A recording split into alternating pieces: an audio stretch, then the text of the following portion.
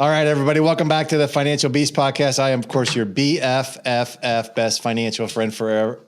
I can't even say it this morning. Best financial friend forever, Eric Miller. There you go. And of course, this is where we show practice owners how to harness the power of their practice, build personal wealth, and then go out at the top of your game. And you're not going to go out the top of your game unless you know the M word, which is marketing. So I wanted to bring someone on who I've known for a long time that is has a very high level of intelligence when it comes to marketing, especially for practice owners.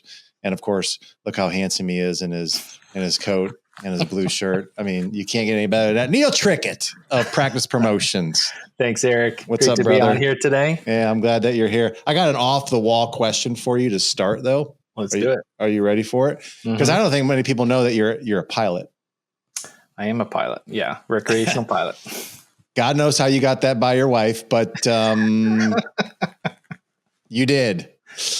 What have you learned about being a pilot and a business owner? That, or even or a marketer? You know, have you seen any of those like made you better? Yeah, I think one thing that's very interesting with being a pilot is when you learn to be a pilot, it's all about checklists. Like you run through checklists every single time you get in the plane, before you start the engine, before you take off, when you're cruising, when you're about to descend. Like there's a checklist for everything.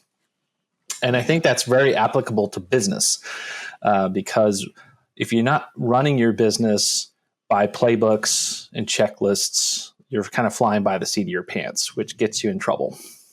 Which can be awfully fun sometimes, but down the line, it is 100% going to get you in trouble if you don't have that. Okay, cool. I think when it comes to most anything, right? Business, finances, marketing, flying a plane, like you have to have a standard operating procedure. And you figure those out sometimes along the way. But you got to write them down. You got to operate on them. And then the only way to build your business, the only way to scale where it's not all dependent on you, is you have to have standard operating procedures that everybody can follow or agree upon. Yes. And you learn that pretty early on that you need to do that. And it's probably one of the harder, I don't say it's a harder things to implement. It just takes some time, but you see the difference in your business over a period of time. And it's pretty awesome when that happens. Yeah. If you look at, there's so many examples of super successful businesses out there, and you just kind of, when you look under the hood and you kind of look at the main thing, it really comes down to those standard operating procedures that they figured out and continue to do well. I mean, look at McDonald's. I mean, gosh, they don't sell the most fantastic hamburger on the planet. What? They're one of the biggest hamburger chains out there, right? Because you go in there and like everything is exactly, there's pictures. You got to follow the picture exactly like how you build a hamburger, right? And how you deliver it. So there's that standard operating procedure that they built their business on. Same thing and you see that, if you pay attention, say like the last 10, 15 years of franchises and chains, franchise model has just exploded, right? Everything's a franchise today, pretty much, because it's a very successful model. And basically you're selling the standard operating procedures to people who want to buy that and set it up in their town. Yeah, for sure. And it works. If you do it right, it definitely works. Yeah. You weren't always a marketer. You were trained to be a physical therapist, right? That's right. Yeah. Clinician by trade. Went to physical therapy school. It was a physical therapist. I still have my license, actually. Oh. I keep that active. But yeah, my wife and I had our own practice in South Florida that we built up over 8 years and turned into $1 million practice. And then people liked what we were doing for marketing, and it planted the seed that other people needed help. And there really wasn't much help for clinics at that time when it came to marketing. So saw the opportunity to help a lot more clinics get in touch with people in their community. And then that's what drove our purpose to start Practice Promotions. And what made you kind of fall in love with marketing so much? I've always been really into art and computers and design and stuff like that. So I was the one in the practice that, you had to figure out how you were going to get new patients in the door. Like you kind of learn from others and you try to figure things out on your own. And I just always enjoyed that part of the business the most, was the marketing side of it. So there you go. We got into it. Yeah. So, I mean, I could probably go into this direction here. Maybe this would lead into some of the things I know you want to show today, but most practitioners never learned how to do the marketing aspect of that. And then when you sign the dotted line to start your practice, you got to learn it, because if you don't know it, it is marketing. One of those things like operations and finances. If you don't know how to do those things, you are dead. And I think so if I'm looking at like I don't know, we could probably like name a dozen mistakes that most practice owners are making when it comes to their marketing, but why don't you just like let's just pick 3. Yeah. I mean, and what we'll talk about here specifically today is really how you can get found online, right? How you can leverage Google. We'll get into some details of that. But from a basic standpoint here, when it comes to running your business, there's really 3 critical areas that you really need to just be good at, right? And you don't have to be a super expert at each one, but you got to know what you want. And that's first off is marketing. Like, how are you getting new business in the door? You have to get new business in the door. That's the fuel for the engine. And then the operations, like how do you run a really smooth, tight ship and continue to grow that part of it? So the operations, and then the finance. So how are you billing? How are you collecting money in? How are you managing money? That's like Eric's realm when he gets into all of that. So if you can master each one of those areas, that you can be very successful. What I find is that because we're clinicians, practice owners, is that we're very focused. We know we need the new patients in the door that keep the business, but we tend to be more focused on the operations or the finance. So we're worried about the delivery of care. Like, what can we do to do that? We're really good at that. So we put a lot of our attention on the delivery of care. We worry about the money because we need the money in the door to pay the bills. So billing headaches and all those kind of things that go into that. And then marketing sort of left over, right? Where a lot of times, and I remember learning this from you, Eric, is that in the financial planning, the first step of financial planning is marketing. That's right. What are you doing to generate business, right? You got to bring the business in the door.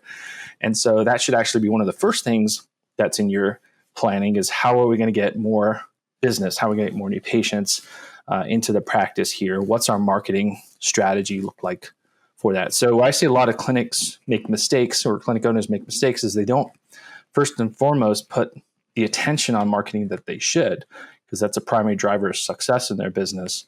And then what they try to do is they try to do it all themselves. So first one is they don't allocate enough money towards marketing. Is that what you would say? Mistake number 1. It's knowing that is the primary strategy. Yeah. Right. So like putting the attention that it deserves, that your business marketing deserves.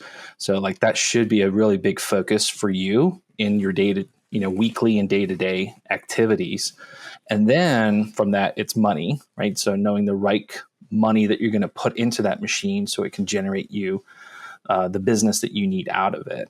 And then third, I would say that people try to do too much themselves, try to be the master of everything, right? Jack of all trades, but master of none. Yeah. What ends up happening, right? So as a owner, you have to have a good concept of what you want and how things generally work, and have some knowledge around marketing, online marketing, what to expect. But you shouldn't be the one doing all of that, right? You should have, ideally, if you're big enough, a marketing coordinator in your business. A lot of what we do at Practice Promotions is we support providers to take that off of their plate, or if they have marketing directors in their clinic, to help support the marketing director with the technical people they need, right? SEO specialists, Google Ads specialists, all these different technical things that you can't expect one person to know everything about. You got a size, Neil, of like how many patient, or I guess revenue you should be doing before you could like justify a marketing coordinator?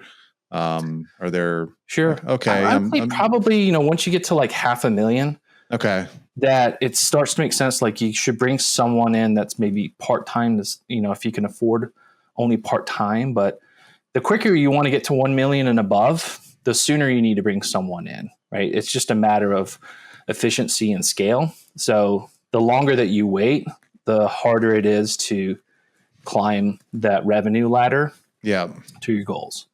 That makes sense. Mm-hmm. Okay. So that 500,000, you're starting to look at, okay, I'm going to bring on a marketing coordinator to help and just to help run some of these vendors that I've hired to help me with certain things. Yeah. Is that what I'm hearing? Yeah, exactly. Like the web company, maybe you have a digital marketing help, someone helps with core content. I think what I've seen clinic owners get into trouble with too is if they hire someone, and they're like, that person coming in is like, hey, I'm just fantastic with social media, I'm going to fix everything, right? That is the worst hire possible, right? Because really, if you look at the function of that marketing director in your clinic, is a project coordinator, project manager. So there's all these different marketing activities that need to be happening in the clinic, from networking with physicians, using patient testimonials and reviews, and getting referrals. And then, of course, we've got all our outside digital marketing and website stuff, and go into events. So you need someone who is fantastically organized, bubbly kind of person that can coordinate all of these different things. You don't necessarily need someone that's super tech savvy. They need to kind of know what they're doing. But if you get someone who just loves to play and sit and post stuff on social media all day, like, that is definitely not the right hire. Okay. That makes sense to me. Yeah, because I guess when as most people are, most practice owners, they are going to get like bogged down into the technician aspect of it. So like, what should you expect to get reported to you from a marketing perspective to like know whether or not, I mean, obviously you can see it in the new patients. I think ultimately that's what if I'm getting new patients in the door, something is working. But I mean, is there more nuance to it, or other things that we should be looking at? Yeah. So here again, you can go down a total rabbit hole, right? And, if you're working sometimes with like a local agency or something like that, they might be showing you a lot of figures which look nice, but you have no idea what those are translating into.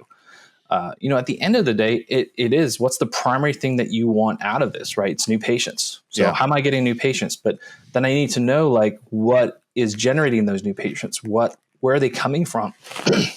So it's really important to have systems in place that can track that kind of information.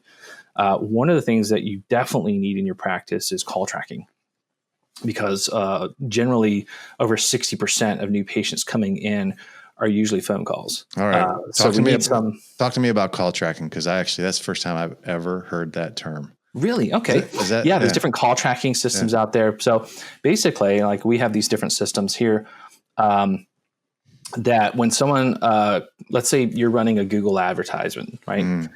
So you're running Google ads. Someone clicks on that, goes to your website. When they go to your website, the call tracking can actually change the number on your website. So it's a unique number. So that way in the system, you can know that this person actually came from that Google ad when they call that particular phone number. So they call that particular phone number. We take it one step further, where the person self-identifies. So press 1 if you're a new patient, 2 if you're a returning patient, 3 if you're a current patient. I don't really care about the new patients or current patients. So you can actually track, this person came from this Google ad. They identified themselves as a new patient. They were on the phone for more than 60 seconds. There's a good chance that that's a really valid new patient lead for your front desk. So that's call tracking there. So that can give you the information of where this person came from in your advertising and marketing online or wherever else, because you can do phone numbers through or forms even through print media. Right. And they come in. So you know that this particular postcard generated this many calls for me. So you can have all this information at your fingertips that tells you what marketing is working to generate the new patients into the clinic. That's pretty cool. Yeah. Yeah. Cause it's like, you're almost like an octopus. You have all these little tentacles out there and you got to figure out which one works. Right. Yeah. The worst thing you could do is like, hey, I'm spending all this money out there and I see new patients going up, but I have no idea where they're coming from. Right. So you might have a real fantastic success with a print campaign that's gone out, but you think it was Google ads. Right. And if you don't have that data, that tracking, it's very difficult to know where you want to put more of your marketing dollars to generate the results that you want. Yeah. Are there like dashboards that that owners can that they should be looking at? Like, what do you kind of recommend that, that they're looking at, just to like make sure they have some semblance of control over this area? Yeah, generally, if you're going to work with a marketing company, they have some sort of dashboard that would bring in information from their website, that would bring information from Google. So yeah, we have, like, with our clients, we have a really awesome lead analytics dashboard that brings in information from their website, their different forms, their call tracking, SEO ranking, all these kind of things. So it gives you more of that picture. But again, it's one of those things, as a practice owner, you want to have a good pulse on, but you don't need to get into the weeds with all of that. That's where you should have a marketing director helping you there, or, someone like an agency or something that can help you understand those particular numbers and the impact on your business. Now, the costs, we usually talk about 10% should go into marketing, and maybe even more if you're trying to drive in, a lot of new patients. Is that split between, like when I say I'm spending 10%, right? Does that include like hiring my vendors, my advertise? Is that all encompassed in that? Yeah. So actually, if you look at the Small Business Administration stats, I think 2023 figures are somewhere around 5 to 8%. And it just is all dependent on what your goals are and what your objectives are. So if you're looking for fast growth, or you open up some new locations, or you're a new startup, you're going to have to put more percentage of what you make towards getting known, right? And if you have additional locations, you just got to treat that like a new business. Yes. It's got to get known, right? You got to put some money towards it. But generally 5 to 8% is a good ballpark. And that does include salaries, advertising costs. Pretty much anything that runs into your marketing budget. Okay. I'm going to bring up AI. How have you seen that change the way? Is that changed like your strategies? Has that changed how you guys work with clients? How are you integrating that into a marketing strategy? Yeah, absolutely. AI has been wonderful. It's definitely helped our clients a lot. We use it a lot in our practice promotions here in working with different clients. The thing with AI is it's still about the user, and you still have to make it your own, right? AI is really good for giving ideas and suggestions of what's worked out there, because all it is doing is scraping the internet. It's not coming up with anything new. It's just whatever's out there on the internet, right? Do you hear that, folks? Computers do not generate ideas. That only comes from human beings. That's right. So, but all that collective human beings out there that posted their stuff already on the internet, it's scraping that stuff. It does do that, yeah. Yeah. So, I mean, what's great there is you can query some different things like, hey, what would be a great campaign for this? And you can, the more dialed in you can get it, it gives you good ideas too, like things that you should be running, or ideas or ways to run. And then you can actually have help too with content, right? So that's the hardest thing for most clinicians and most practices, just the generation of content. It's just tough, right? It takes work. So that can actually speed up that process. But the caveat is that AI is about 60% effective at the content, and then the other 40% comes from the humans dialing it in and making it more of your own. And when you say content, like, give me some examples of what you're talking about, like where practice owners should be creating more content. Absolutely. Yeah. So, if you are going to work with an outside agency, and that's something I do recommend, is that it's a relationship. And so one of the key things that you're responsible for in your practice is you're gathering the content that tells the stories from within your business. So you get amazing results all day long. Your clinicians get amazing results with patients, but who is telling that story, right? And so you need to have someone in your business that's in charge of gathering pictures and video and success stories and reviews, and having that as your marketing ammunition that you can use out there. Now, of course, you get consent and all those kind of things that you would have legally, but someone needs to be in charge of getting that content, right? The pictures, videos, stories, tips and advice, things like that. That's incredible. I like how you said that. You do need that. Yeah. Who else is going to tell the story of your organization unless better than you? Yeah. So I can tell you from experience, our most successful clients are the ones that work hard in the clinic to tell those stories, to gather the pictures, to gather the video, to collaborate with us. It gives our team a ton of great content and ammunition to really customize what we're doing for them. The clients that don't do as well are the ones that are so overwhelmed or don't do anything, and they just are very hands off. And we have to like fill everything with stock photo or stock videography or whatever, right? Mm-hmm. So you have to realize that if I'm working with a marketing company, you can't just rely on the marketing company to do everything, because they don't completely know your business. They're not in it every single day, right? And that's your responsibility in your practice to really tell those stories.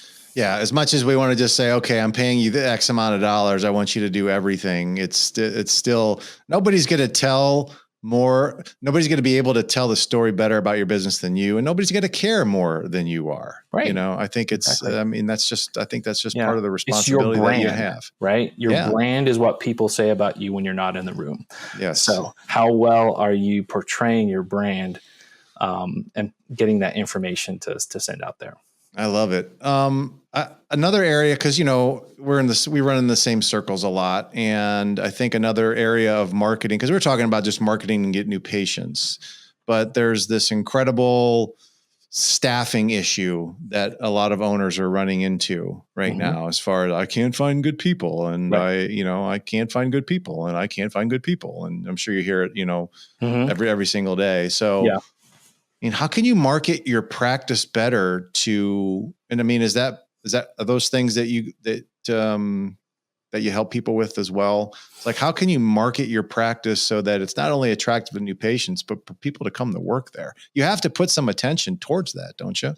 Absolutely. And I think that's, again, where I've seen clinics that have been successful in hiring is, again, putting the effort into marketing for that part of their business. Because before, if you look back 10, 15, 20 years ago, it was still tough to find a therapist depending on your region. I know it was for us because it was super competitive area and there wasn't that many schools pumping out students. But it was easier, right? Yeah. And you didn't have to put as much effort into marketing to get a person to work for you.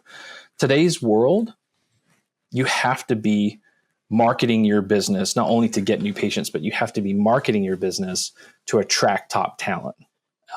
One of the first place people are going to go is online to check your business out. So your ideal clinician or someone that you want to come work for you is usually working at another job. They're just not satisfied, right? And so they start to look. They might look on Indeed, but then they're going to cross-reference to a website. They're usually going to type in, say, physical therapy jobs near me. Yeah. Right. Google, are you popping up there? Right. So if you have a very good careers page on your website that would actually pop up for that type of search, now people are finding you. They're going to look at your reviews. They're going to look at, your website. They're going to do all this due diligence before they ever reach out to you. So you have to be really putting on an amazing face online, which is going to help you with your patients, but it's also going to really help you with your talent. And that's one thing we see time and time again with our clients that work with us, is that the primary focus is on revamping to get more new patients. But one of the nice side effects is that they actually start to get better at attracting talent to them. The website for a PT is super important, isn't it? I mean, having a really top-notch website. And I've seen some websites that just suck. And I hate to say it like that, but I'm sure you can probably use some other colorful terms, but but it's just like, they just try to throw everything that they do on that page. And I'm just like, I don't even know what some of these things are, So I don't know. I was thinking about that. Like what are some mistakes you've seen with the websites that some owners have? Yeah. I mean, if you're looking to attract talent, you're looking to attract new patients, you have to have an amazing website, right? It's the online storefront of your business. Yes. So if you were walking on the street and you saw a really old facade on a building and it looked a little shabby, are you going to want to go in there, to shop or even look at that service? Probably not as much, right? But if looks really branded, amazing, fresh, exciting, there's a greater chance of you wanting to go into that storefront. So it's the same thing online. Like people often don't put enough effort or investment into making a fantastic website that showcases their practice. So it's doing you more harm than good if you're not really putting good emphasis on that. The other thing to keep in mind is that online technology changes so rapidly. Google is doing hundreds of different updates each year. So the underlying coding and technology for your websites, it's like your iPhone. It becomes antiquated after a while. So if you're running like on an iPhone 7, it's not the same performance as an iPhone 15, right? Same thing for your website. So it's a really good practice every couple of years to look at updating your website because the online technology changes so rapidly. Yeah, that's excellent. You got some stuff that you want to show us, right? Yeah. So let's take a look. I'm sure your listeners here want to know, hey, how can I get more new patients online? Let's face it, if you are going to go look up a business, where's the first place that you go, Eric? Website, buddy, or Google reviews. Google. Yeah, Google. Right? Okay. Yeah. So I think we've all heard of Dr. Google, right? Dr. Google. Dr. Google. So let's talk a little bit about Google here because some stats are, let's see, did have these up here. Let's see. Okay, so for the percent of healthcare consumers that ran a search before scheduling an appointment was 61% for chiropractors. So 61% of people are going to run an online search before they make an appointment. Dentist was 71%. Optometrist was 74%. And physical therapist was 84%. Wow. 84% of people, say that again, 84% of people are going to Google. An online search, before they make an appointment. All right. All right. So where you rank matters, right? And the people at the top are the ones that get the most clicks and most calls. So it is to your advantage to put a lot of effort into ranking well in Google. So the foundation of that is your website. You need to make sure your website is awesome at being found online, has a ton of content on there, looks amazing, gets people to stay on it, like all these kind of things Google looks at. The other thing that you can have a big effect on at a local level is your local SEO, right? And so if we think about in our practice, and I'll just share my screen here for those people that are going to be because it's on YouTube. We got this on YouTube as well. So fantastic. Okay, so let's just take a quick look-see here. So if we look here at our first page search of Google, the top of Google is our ads, right? So we have to pay to play. That's why Google makes money. So you want to be doing ads so you can be at the very top of Google here. Then we have our local section here, right? So this is our local SEO, maps, reviews. This is where our Google business profile is. Ads also show up in here, right? And then we have our top 10 organic section. So 50% of clicks actually go to the local and organic section, and about 46% of clicks actually go to the ads, right? So what we want to do here is put a lot of emphasis in this local section. And the bottom line is, if you are a patient and you're looking for help, if you type in your search, let's say, for example, like, back pain treatment near me, if you have an ad that pops up here, if you have an ad that pops up here, you're in the local section here, and you're in the top 3 of these top 10 section. You have 4 spots on page 1 of Google. Like, who as a patient, who are you more likely to choose? Yeah, for sure. Right. So that's why you want to dominate page 1 of Google and put the emphasis on that. So when it comes to the local part here, there's a lot that you can be doing. And this actually comes back to your Google business profile here. All right. So this is where you can put Can you make that just a little bigger? Let's do that. I'm actually going to go right into it here. So if we look, and I'll just zoom in a bit. I might need to make my screen a touch bigger. There we go. Okay, so if we look at this clinic here, this is our opportunity to really engage with people right from Google search. Okay. So you should be putting some great emphasis on your Google business profile, and it's very simple to do. So the first area that we want to do is make sure we have some great footage from within our clinic showing the experience for the patient. So what I really love about this clinic is they put a lot of emphasis on getting some professional photography, smiling, happy faces at the front desk. You get to see what the experience is like in the clinic. You see the professionalism of the clinic. So right away, people are going to be exploring this, right? It's your opportunity to sell your business, right? So putting enough photos in here is key.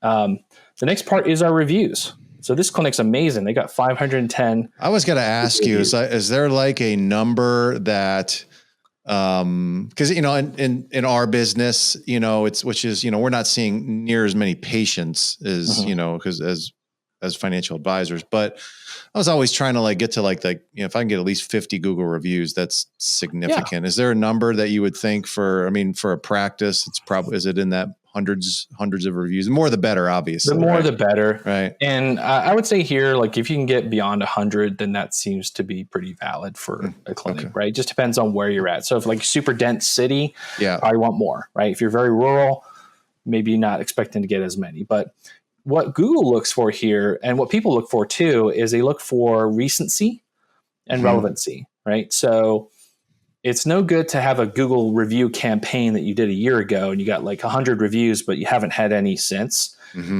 because people go, what the heck, right? What's going on with this clinic? They had a review a year ago.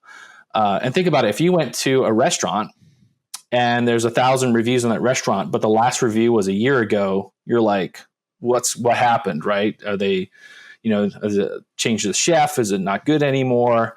So you need to have recent reviews in there. That's what really counts with that. And then of course you're going to have all your normal information in here. But some of the key things that you want to do in this part here is what's called categories, right? So products and categories, those are things that you can easily add services to. The more you can put in here, the better. So, if you have, say, a physical therapy clinic and you have massage in there and you have acupuncture, you want to be adding all those different categories, because that will actually show you up for lots more searches based on those different categories people are searching for. Got it. Okay? The other part in here too is connecting things that you have between your website and Google Business Profile. So if you're doing blogs on your website, which you should be doing, or have specific pages on your website that deal with something if you have a back pain, or you have a vestibular, or you have a women's health or nutrition program, or whatever it may be, try to have some of the content from the part of your website up here in Google. So let's say you post a blog every month to your website that goes out also by email, put it up here in your Google profile. Again, Google likes to see fresh content. It's also links back to your website. So it helps you with ranking better in Google. So you're already doing that stuff on your website already. Just make sure it gets linked up here into your Google profile. The other thing to look at is make sure you have all of your social links in here. So even if you're not active on Twitter or YouTube that much, it's still good to build an account. So what we're doing right now is we're looking at Google Business Profile. But what we're trying to do overall as a business is build our business profiles online. So Google's the primary one, but then we've got Apple Business Connect, which is a new one. It's on Apple Maps. Bing Places for Business on Bing searches. Instagram, Facebook, LinkedIn, Twitter, YouTube. These are all our profiles online. So you want to make sure that your account for these has as much detail as possible. Google actually looks at all of these things, and the better your profiles are, again, the more Google's going to show you to people. So again, something super simple that you can do on your own, but just make sure you go back and say, hey, do I have accounts set up here? Am I posting something occasionally? And is it complete on there? Yeah. So if I'm looking at this practice right here, it looks like they got it pretty dialed in then for the most part, don't they? They got a lot of Google reviews. They have, I can see that they seem to be ranking pretty high. Looks like their website is up to date, and that looks pretty sweet. Now, another area that you can easily do yourself is called Q&A. So question and answers. And most people don't take the time to just put this in here, right? So it's very simple. It's what people would normally ask. And one thing you can do is you can actually go to Google and start typing in, for example, common chiropractic questions, right? For example, and it'll actually start to list out for you here common questions, right? So it might be like, how long is a session? Do you take insurance? You know, all these kind of different things. So that should be written out in here. Like, so, you know, what is, you know, eSTEM? What are the benefits of a certain program or technique that you're doing? What should I know about laser therapy? So you actually write some of these questions out yourself, and then you just type in the answer. Oh, I gotcha. Okay. So that's something you can do. Is there you know, how many questions and answers should I do? 10, 15, 20, just all depends, I guess, on what you. Yeah. So the key trick here is to definitely use your name in here. Use your keyword for, you know, if let's say it's chiropractic or physical therapy or optometry, like whatever it may be, you make sure your keyword is in your answer. And ideally, sometimes if it's in your question too. But, you know, Google's going to look at that. Now, people can ask their own questions. That's what it's here for, is people can actually online ask a question and the business responds. But you can actually set it up yourself. So you're asking all those questions and you know, adding those to it. That's excellent, man. Yeah. Exactly. Doesn't take much, does it, just to improve your visibility? No, and this is all work you can do yourself on your own. It's a very important tool in getting people to find you, and it's something that doesn't take that much effort to make it happen. So it's just knowing the parts that you want to fill out in there. So that was one of the best things that you can be doing there to help you, you know, rank better. I love it, man. Yeah. The other thing I wanted to show you, we were having a conversation a little bit earlier about, you know, talent and finding talent and attracting talent. And I got to give a shout out to our clients here at Elliott Physical Therapy. They are fantastic. They've done a great job of working with us to improve their website for talent. And they've got such amazing pictures too. It gives an example of what you can do. And so we help them build out a careers page, a join our team page. And as you can see in here, they've got great visuals. Yes, they do. Right. It just shows the culture, the effort that they put into, you know, their employees here. They get testimonials from their clinicians. What I love too is they actually built out a culture and values page in here. So you get to understand their philosophy, what's important to them, like what their employees should be all about. So if you're a potential employee looking around, you come across this, you're start to get sold, right? Yes. And this is the kind of effort that you need to be putting into your website and your online marketing if you're really in need of attracting top talent in today's market. Which you are. And so that's paramount to do something like that. It's just, man, that was so good.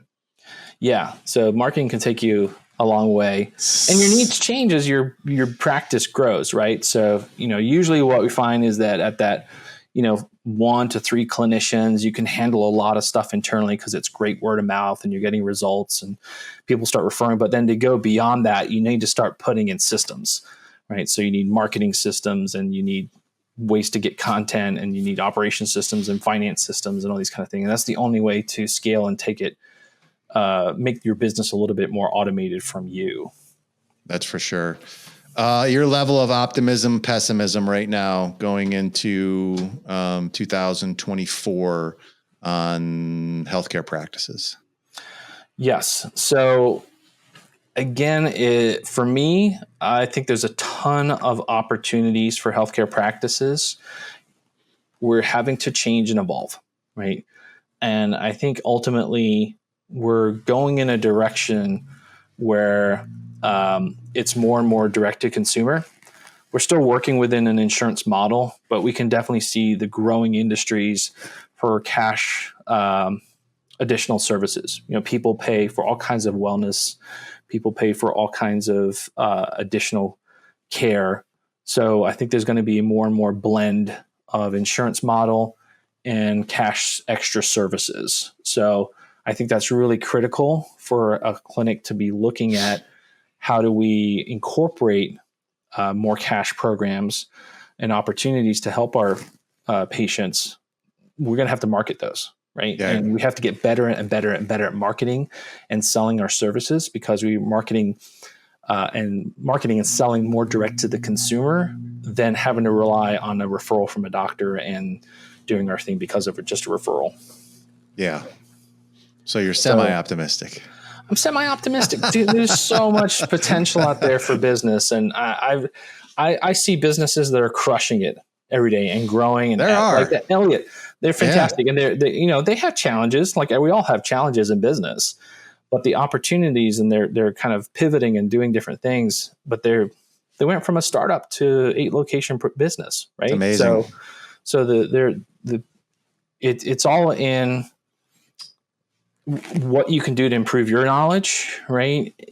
Look at building systems, gather the right people to help you build your business, and pivot and change and go along those different lines.